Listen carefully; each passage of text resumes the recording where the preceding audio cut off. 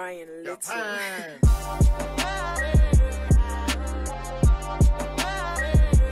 Bienvenue dans l'apéro Mercato. On s'est délocalisé. Et oui, on est au snack Ovel Food aujourd'hui. Et Jean-Charles est là. Salut Jean-Charles, comment ça va? Salut Nico. On peut vous caler bien là. Toi, tu connais ici. Hein. Ah, là, c'est mes quartiers. Toi, tu es à la maison là. Nabil nous reçoit impeccablement. Ovel Food, ouvert 6 jours sur 7, donc du lundi au samedi. Franchement, il y en a pour tous les goûts. Hein. La carte, elle est dingue. Tarif hyper abordable. Venez, vous pouvez nous faire confiance. Si on est là, c'est pas par hasard. 130 chemin de Laval-Barrel. Merci Jean-Charles. C'est Marcel, 13 011, Marseille. Jean-Charles, il est chez lui là. Ah là, À la c'est mon maison. royaume. On va pas parler que bouffe aujourd'hui, Jean-Charles. On va parler quand même Mercato et OM. Et on va tout de suite commencer par la grosse info côté arrivée. C'est tout de suite.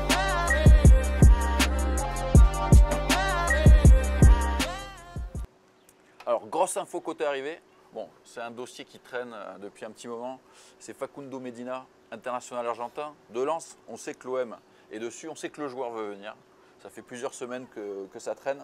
Là, c'est l'équipe qui annonce que le joueur devrait signer avant la fin du mois. Normalement, ça devrait se faire. Il y a toujours des négociations entre l'OM et Lens parce que Lens demande quand même 25 millions d'euros. Il a un contrat jusqu'en 2028. L'OM essaie de faire baisser ce tarif. Ça va peut-être se négocier autour de 20 millions. Joueur international argentin, il n'a pas 45 sélections, il en a 7. Mais il fait partie de l'escouade comme Balerdi. Balerdi qui travaille au corps aussi pour le faire venir, hein, logique. Oui. J'ai regardé un petit peu le match l'autre jour de l'Argentine où il jouait latéral gauche hein, dans une défense à 4. Donc c'est aussi un central gaucher qui peut aussi dépanner au poste de latéral gauche. Donc ça c'est polyvalence. Qu'est-ce que tu penses de son profil? Bon, déjà, c'est un joueur que j'adore. C'est un joueur qui me plaît beaucoup dans la mentalité, dans l'esprit. Maintenant, il connaît bien la France. Du côté de Lens, c'est quasiment une des meilleures ambiances avec le Vélodrome. Donc il va rentrer, je dirais, dans un domaine où il est bien. Oui. Maintenant, il n'y a pas d'adaptation là. L'adaptation, elle sera vite faite. C'est un joueur de caractère avec beaucoup de qualités aussi physiques, mais surtout même techniques, hein, parce qu'il a cet avantage-là, c'est que c'est un joueur qui est capable de faire disjoncter, sortir de match son adversaire. Par sa façon d'être, un petit peu comme Balerdi, où il commence à pousser, à lui parler. C'est un joueur rugueux. C'est ce qu'on recherche aussi à l'Olympique de Marseille. Ces dernières saisons, ça nous a manqué. Ça a été un petit peu notre péché mignon de malheureusement de pas. On était tous là dans les tribunes en train de se dire mais comment on va faire défensivement? Si un joueur comme ça arrivait à signer à l'Olympique de Marseille, aux côtés de Balerdi, et certainement on va parler d'autres joueurs après qui viendront, ou pas, mais ça serait vraiment un grand avantage parce que lui, il a cette qualité, il a cette personnalité, il a un mental, il a de la technique, il a de la force physique, il a de l'expérience aussi. Voilà, un joueur qui me plaît énormément. Donc Medina est pour moi, s'il venait à signer, une très bonne recrue. Maintenant 25 millions, à l'OM de bien négocier la situation, de pouvoir le faire venir peut-être un petit peu moins cher. Mais ça serait vraiment une acquisition remarquable. Moi, mon seul bémol sur ce dossier, c'est s'il vient et que tu prends aussi un central gauche de bon niveau, on parlera tout à l'heure de Haggard par exemple, si on prend les deux, là ça me plaît. Par contre, moi la charnière Medina-Balerdi, j'ai peur que ça soit un peu les mêmes profils, deux joueurs qui peuvent aussi péter un câble, tu disais il peut faire péter les plombs aux autres, mais ils peuvent aussi péter les plombs, et j'aimerais bien avoir un joueur un peu plus calme au milieu de ces deux-là, tu vois. Mais le profil me plaît. En plus, si c'est pour soit jouer central gauche et dépanner éventuellement dans un profil, tu te souviens, Gabi Heinze. Ouais. Tu vois, c'est un central gauche que tu peux décaler, qui va être peut-être un peu moins petit, un peu moins rapide, mais qui va aussi amener son expérience et un peu un équilibre. Si tu as un latéral droit, par exemple, qui est très offensif, ça peut être intéressant. Et je trouve que d'avoir, par exemple, si tu gardes Merlin, d'avoir Merlin et Medina, ça te fait deux profils vraiment différents et opposés. Et ça, c'est intéressant pour un coach. C'est intéressant parce que, bon, tu viens de le signaler, c'est vrai que Merlin est un joueur qui peut jouer légèrement plus haut. Donc c'est plus un piston dans ce domaine-là si tu joues à 3 derrière. Donc ça permettrait aussi d'équilibrer le couloir gauche. Cette malheureuse ligne côté gauche où on a autant de difficultés depuis quelques années. Tu n'as pas été convaincu par Nagatomo? C'est vrai qu'on a beaucoup souffert hein, sur le côté gauche ces dernières saisons. Et là, ça ferait un équilibre et surtout une puissance intéressante. Ouais. On connaît Merlin par aussi... il vient de faire il fait le tournoi Espoir et On se rend compte qu'il avait marqué un but, Il y qui avait était une très belle frappe du gauche hier soir. Il a des qualités. Maintenant, à lui aussi de trouver la sagesse dans le jeu, de ne pas avoir trop de pression sur les épaules. C'est ce qui le fait un petit peu aussi, par moment, sortir de match. Maintenant, là, ça équilibrerait tout. Ça permettrait aussi à De Zerbi d'avoir un effectif costaud. Il y aurait peut-être aussi des changements en cas de difficulté. Donc voilà, oui, ça serait quand même pas trop mal. De toute façon, il faut recruter en défense centrale. Il faut, on le voit, il y a a priori Balerdi, voire Merlin, peut-être Murillo, c'est ces 3 joueurs qui pourraient rester. Ouais. Tout le reste, ça pourrait partir. On verra tout à l'heure tous les départs. C'est la priorité de recruter en défense.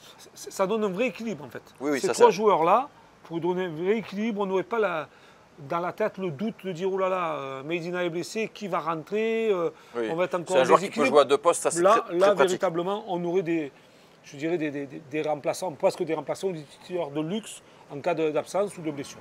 Allez, Medina, on en veut. On va tout de suite passer à la grosse info côté départ, c'est tout de suite.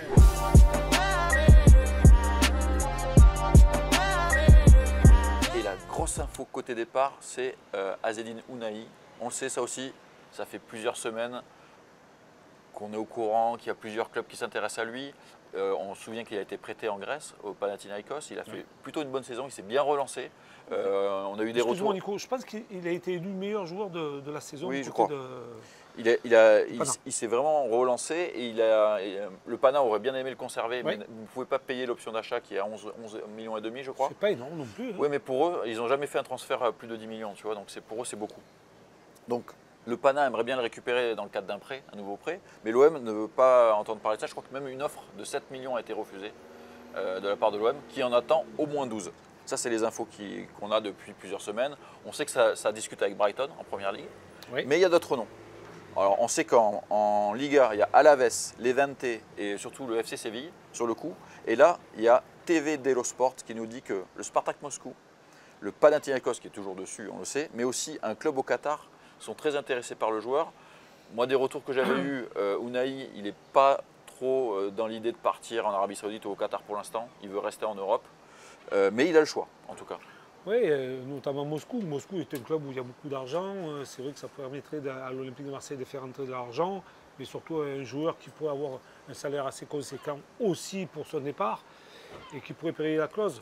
Donc, ouais, pourquoi pas. Après, c'est vrai qu'on parle du Qatar. Le Qatar, bon, ça coule à flot. On sait que maintenant, est-ce que Ounahi serait capable d'aller jouer là-bas aussi jeune? Il n'a pas l'air ouvert à ça. Peut-être pas.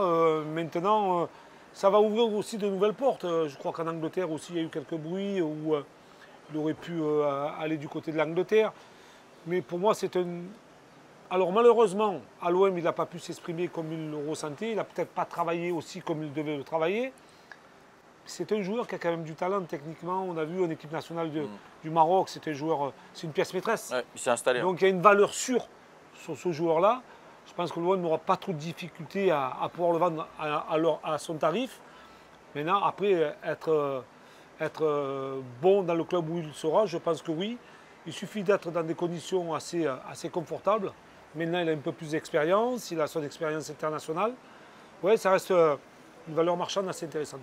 L'OM a vendu Luis Enrique 25 millions. Si tu vends Ounahi 12, ça peut être intéressant. En tout cas, on va suivre ça. Et puis au milieu de terrain, tu as déjà du monde. Donc ce n'est pas les postes prioritaires. Allez, on a fait les 2 grosses infos. Maintenant, on va faire en vrac. En vrac, il y a plein de petites infos. On va vous en parler de ça tout de suite. C'est en vrac, les rumeurs en vrac.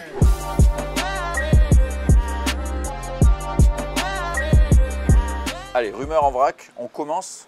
Là, c'est le média Africa Foot qui explique que l'OM serait prêt à mettre 15 millions d'euros sur la table pour recruter qui? Un latéral gauche, on en parlait tout à l'heure du couloir gauche. C'est Rami Bensebaini, l'international algérien. On sait qu'on a déjà Gouiri, on ne sait pas si Benasser va rester. Mais il y a ce troisième, il est bien connu en France. Hein. Jean-Charles, il est passé par Montpellier, il est passé par Rennes, avant de partir à Mönchengladbach. Et aujourd'hui, il est à Dortmund. Il a quand même 68 sélections avec l'Algérie, c'est pas rien, grosse expérience. Il a joué 31 matchs de Bundesliga la saison dernière, un but, 6 passes décisives, et sa cote Transfermarkt, elle est de 7 millions. C'est pour ça que c'est un peu étonnant de parler de 15 millions. Dortmund ne serait pas hyper ouvert à le laisser partir. Comment tu vois ce profil où là, lui, c'est vraiment un spécialiste du poste? Autant Medina, il peut jouer à là, mais c'est quand même un spécialiste de la défense centrale.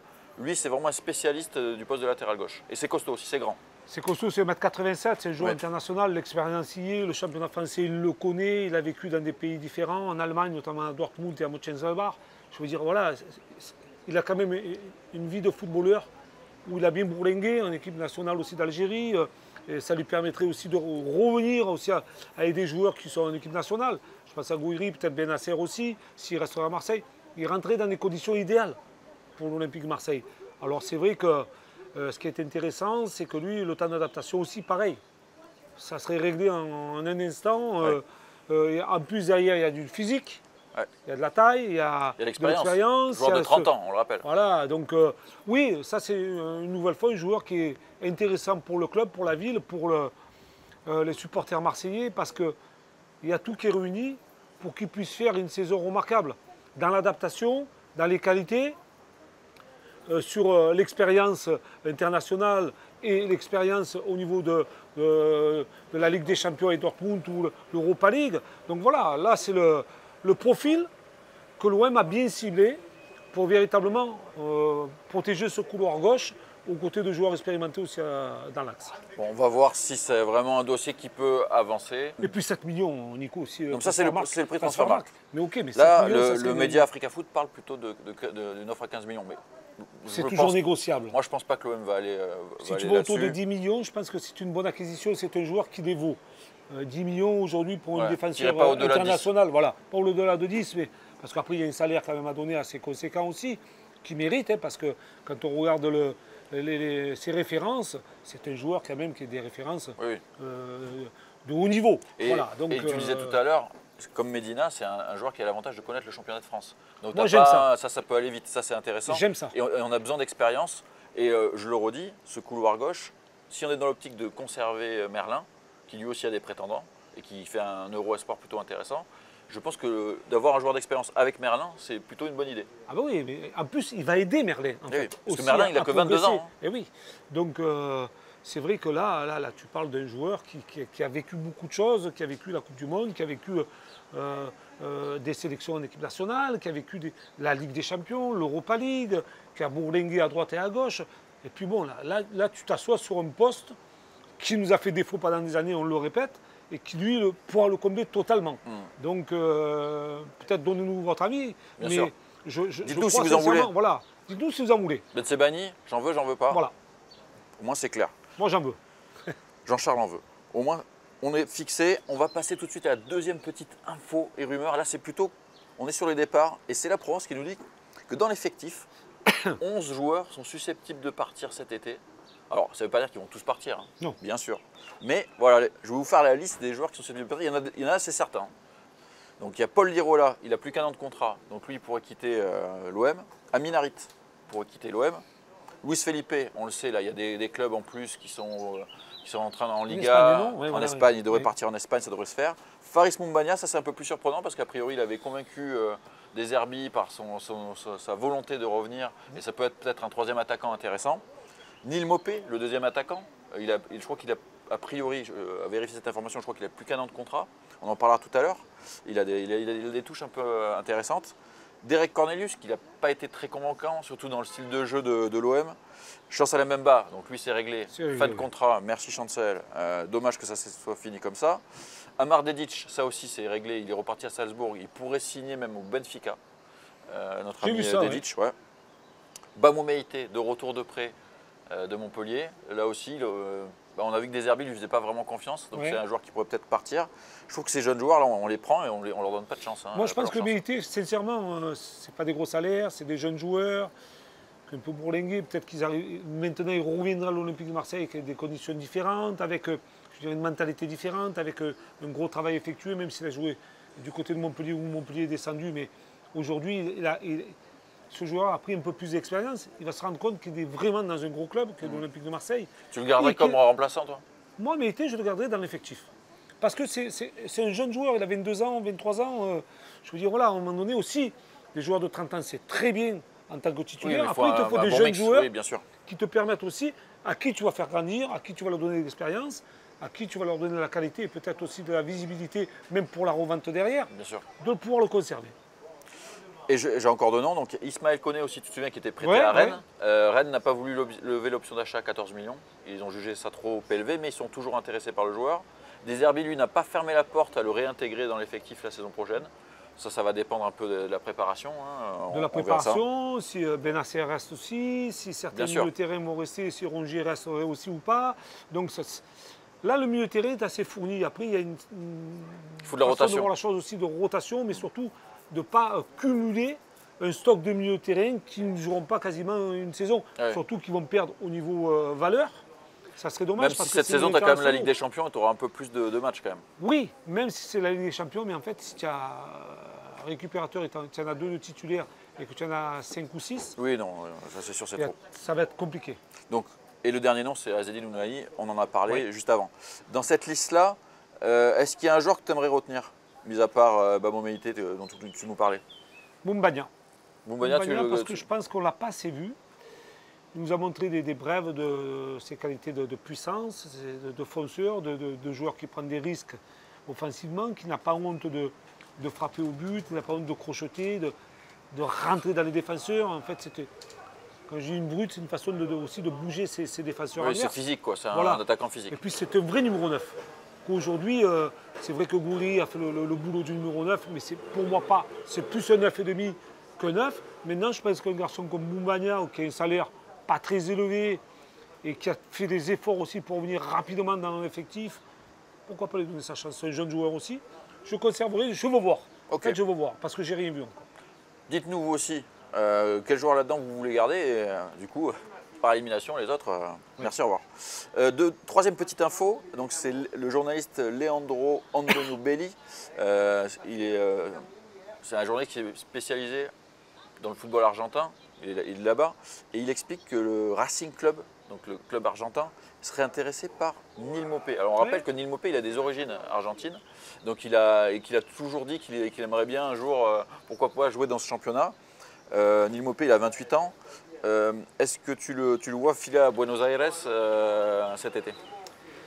Je ne sais pas, Neil Maupay est un garçon qui a déjà un très bon tempérament, il a démontré sur le terrain, c'est un garçon qui a marqué des buts, quand il est arrivé, il a animé sur le plan offensif, il a donné un coup de fouet à cette équipe offensivement. Et puis surtout, il a créé une bonne ambiance au niveau du groupe. Je pense que des joueurs comme ça sont capables aussi de rester dans un groupe parce qu'ils ne sont pas là pour foutre la merde, entre guillemets, quand ils ne jouent pas ou qu'ils jouent très peu. Oui et non. Je dirais oui et non pour Maupay parce qu'il a un caractère, il a une mentalité qui m'intéresse. Il a des qualités offensives aussi. Lui aussi, pareil, il est capable de faire sortir un défenseur du match. Parce qu'on a vu que c'est un joueur qui est capable, style argentin, une nouvelle fois. Maintenant, s'il a une opportunité d'aller jouer en Argentine, dans un grand club argentin, est-ce qu'il va prendre le risque de pouvoir y aller et de vivre cette ambiance aussi? Je ne sais pas. Je suis un peu mitigé sur de vouloir le garder et peut-être essayer d'aller tenter un coup si le joueur se sent d'aller jouer en Argentine. Voilà. Donc, peut-être que... ça, c'est un avis personnel. Je pense que le joueur va poser le pour et le contre pour savoir si c'est plus intéressant, peut-être de re-signer un an supplémentaire à l'OM, partir un an pour soulager les finances de l'Olympique de Marseille, dire bah, écoutez, essayez, moi je vais tenter peut-être ma chance là-bas et puis on verra en fin de saison prochaine. Parce que tu sais qu'a priori l'OM aurait proposé Neil Maupay dans le cadre des négociations avec Medina à Lens, mais que le joueur ne serait pas emballé par cette idée, quitte à être en France, il préfère être à l'OM et jouer la Ligue des Champions. Par contre, je me demande si cette opportunité-là, ça ne peut pas l'intéresser si on lui dit écoute, nous on a Gouiri et on va prendre un autre attaquant, tu vas vraiment avoir un temps de jeu hyper limité et troisième attaquant, on préfère avoir un Moumbagna ou le jeune Robinho Vaz, tu vois. C'est peut-être ça qui va être compliqué pour lui. C'est bien de dire ça parce que tout à l'heure on parlait de Moumbagna, c'est vrai que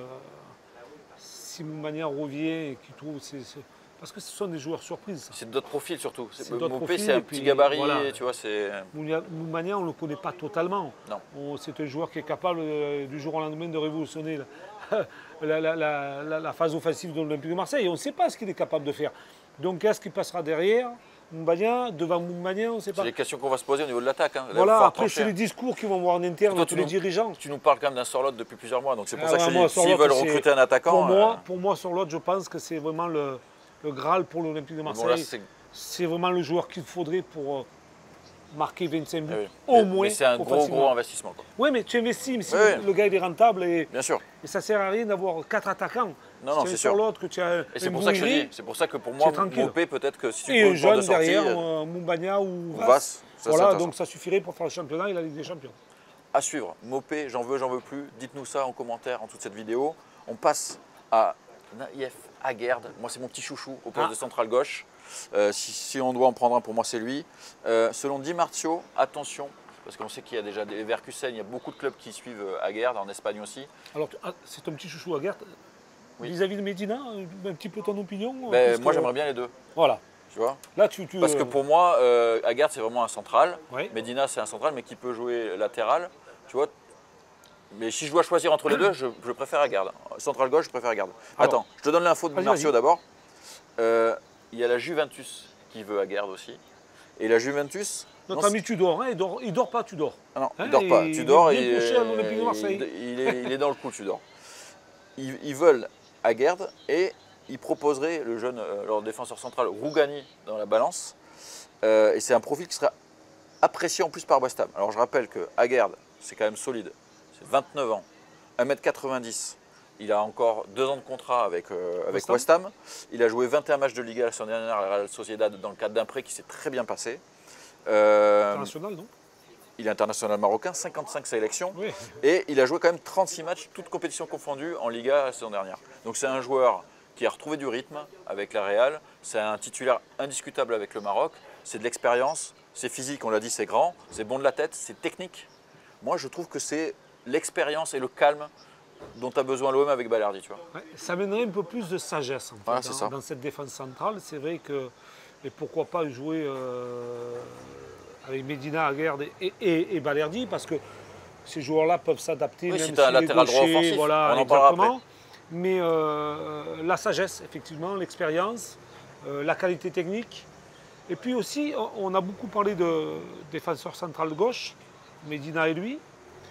Mais il faut savoir une chose, que Balerdi aussi est un joueur qui prend beaucoup de cartons, qui est pas souvent, mais qui peut être suspendu tout au long d'une saison.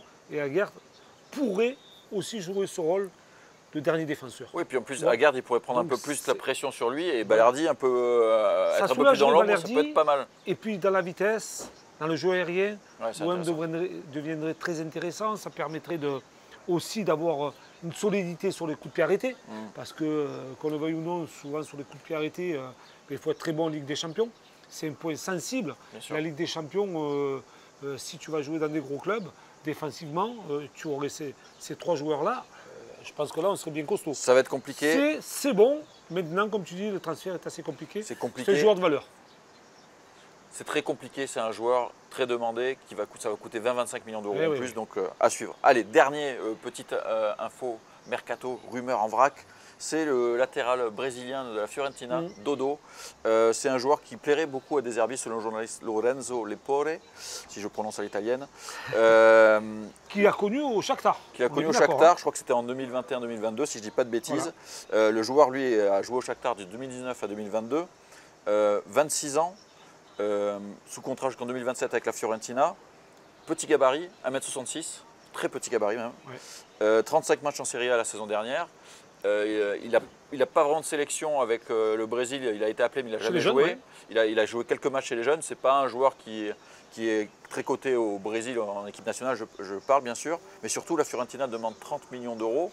C'est plutôt offensif, c'est petit, ça va vite. C'est du Lizarazu en fait. C'est ça, c'est petit gabarit. Mais est-ce que c'est pas beaucoup trop cher pour ce que c'est quand même? Alors Dodo, pour moi, on ne le connaît pas spécialement. C'est un joueur que lui aussi a pu bourlinguer. C'est un jeune joueur. Le Shakhtar, ils aiment bien récupérer des Brésiliens. Énormément de Brésiliens.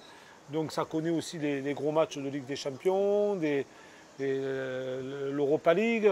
Ça a permis aussi à ce joueur-là de pouvoir un petit peu connaître l'Europe, de revenir. Et surtout, mais 30 millions d'euros pour un joueur qui n'est pas trop connu. Pour un petit gabarit, alors c'est pour ça que je te disais, c'est un petit peu la comparaison avec Lizarazu, qui était un joueur très puissant, très petit, sur le côté gauche. Est-ce qu'il a les mêmes capacités que ce joueur-là? On l'aurait su avant, je pense. Maintenant, De Zerbi, comme tu l'as dit, et si bien dit, il l'a connu au Shakhtar Donetsk. Quand il est allé entraîner là-bas, Ça lui a permis aussi de visionner un petit peu son jeu. Mais 30 millions d'euros, la clause est quand même assez élevée. Moi, ça me paraît trop cher. Je pense que c'est... Alors dites-nous, vous, si Voilà, c'est trop cher ou pas, si vous en voulez, Dodo. On termine là-dessus, ces rumeurs en vrac, et on termine juste, petite info sur le mercato des concurrents, on aime bien faire ça. Ouais. Là, on va pas aller... alors, mercato des concurrents.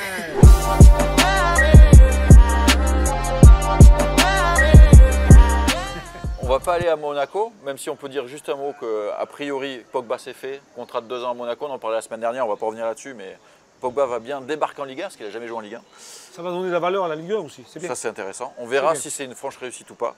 Mais l'info, c'est Fabrizio Romano. C'est plus sérieuse, hein, Romano. Parce Romano, que, il récupère toutes les infos. Ça parle du défenseur central Djouma Ba. C'est un défenseur de 19 ans seulement, Sierra Leone, qui était prêté à Lens depuis janvier dernier. C'est un joueur qui a quand même joué 10 matchs avec Valladolid, 12 avec Lens. C'est City qui l'avait acheté. Et là, City veut le prêter a priori. Mais beaucoup de clubs français se battent pour le récupérer. Donc il y a Lens. Mais Lyon aussi, qui a vendu Cherki. Le conserver. Oui, en fait. le conserver dans le cadre d'un nouveau prêt d'un an. Lyon, qui a vendu Cherki à City, pourrait se faire prêter un joueur de City, donc serait intéressé par ce profil. Et Nice aussi, d'après Romano, serait aussi intéressé par ce jeune joueur. 19 ans, c'est assez étonnant, très très jeune joueur. Après City, ils ont tellement de joueurs qu'ils sont obligés de les prêter pour les faire jouer. Mais City, l'intelligence qu'ils ont, c'est que quand ils prennent beaucoup de joueurs, ils ont cette faculté à vite les prêter. Des jeunes joueurs, pour qu'ils s'aguerrissent. Les faire jouer dans des clubs un petit peu en Europe, et ça leur donne un peu d'expérience, ça les rend beaucoup plus forts quand ils retournent. Et à partir du moment, rappelez-vous, du côté d'Arsenal, on avait Saliba, ça a été pareil, hein, ça a été un petit peu le même cas que Saliba.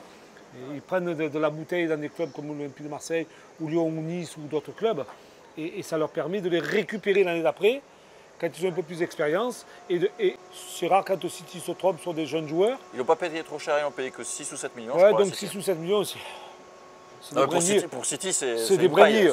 Voilà, donc voilà, on va voir un concurrent qui risque de récupérer un jeune joueur qui a du talent et qui pourra leur permettre aussi d'animer ce football français. Parfait, on va terminer là-dessus. On se retrouvera demain pour un débat fac à 15h30. On parlera un petit peu du poste d'ailier gauche. J'attendrai un petit peu vos bons plans mercato à ce poste-là. On va remercier quand même Nabil de nous avoir accueillis. Ovel Food, on y est, on était bien accueillis, on était très bien. Si vous voulez manger midi et soir, c'est ici que ça se passe. Allez, et si vous voulez qu'on vienne faire un apéro mercato chez vous, contactez-nous. Ciao, ciao. Ciao, ciao. Bonne semaine. Ryan Little.